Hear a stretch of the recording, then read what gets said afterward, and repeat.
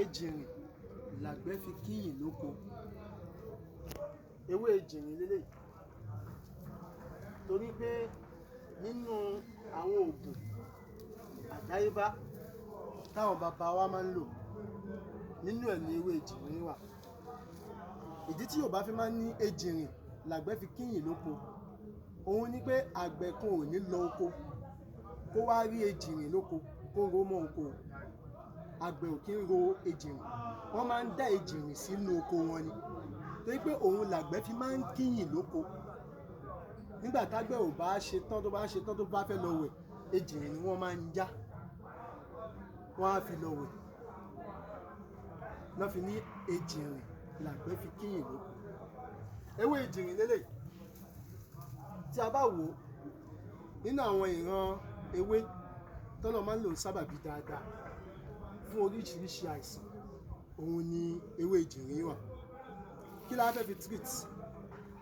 Ẹ jẹ́ a fi treat ní tá à ń pè ní diabetes, tá a mọ̀ sí ìtọ̀ ṣúgà. Ìtọ̀ ṣúgà gbogbo wa la mọ̀, ọ̀nà wo ni ìtọ̀ ṣúgà máa ń gbà dé bá ni? À ń pe kinní kan nínú ẹ̀yà ara wa tá à ń pè ní pancreas.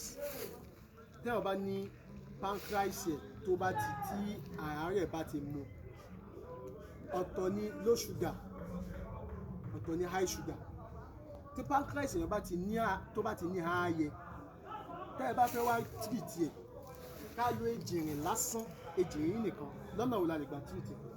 Tá a bá rí ejìrìn lọ́nà tó pọ̀, ká já ewé ejìrìn kó pọ̀ dáadáa, ká wá sa kó gbẹ, ká sa lóòrùn. Ọ̀pọ̀lọpọ̀ àwọn olùkọ́ kan ti dé, wọ́n ní ká má sa ewé lóòrùn, àmọ́ ọ̀rọ̀ ń bọ̀ lọ́jọ́ míì lórí ìyẹn. Tá a bá sa lóòrùn tó bá gbẹ dáadáa, ká sọ di powder. Gbogbo oúnjẹ tẹ́ni tó ní ìtọ̀ ṣúgà máa ń jẹ pátápátá, oúnjẹ bá ní, oúnjẹ sẹ̀mó ni.